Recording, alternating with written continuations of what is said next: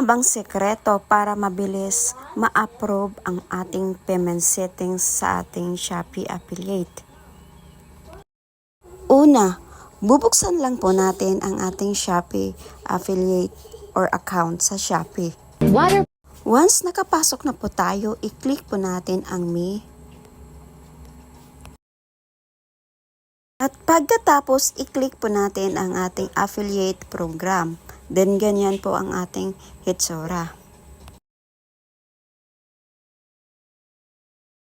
At pagkatapos, i-click po natin ang ating settings. Once mabubuksan na po natin ang ating payment settings, ito ang ating makikita. Once approve na po tayo, ganito po yung hitsura. Once hindi pa po tayo approve, is nakikita po natin ang ating pending. Pending pa po ang ating payment settings.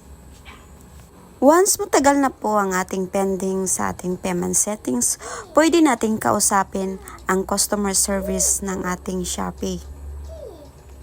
I-click lang po natin ang help center. After ng help center, makapunta po tayo dito. I-click po natin ang contact us. Then dyan, makikita po natin ang customer service. Then click ka continue. Then dito, mag-type po tayo na gusto nating kausapin ang live agent. At sundan po natin kung paano nga ba ginagawa ko yung aking payment settings at mabilis lang po ma-approve pag ganito ang ating gagawin mga kaprobinsyana.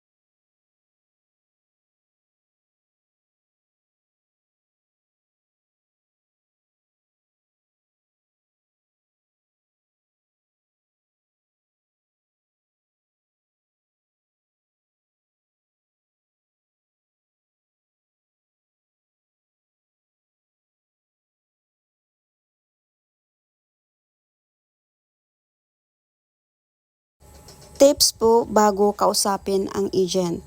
Dapat po, screenshot nyo na po yung pending sa ating payment settings para po mabilis po kayong matulungan ng agent at masolusyonan ang inyong problema.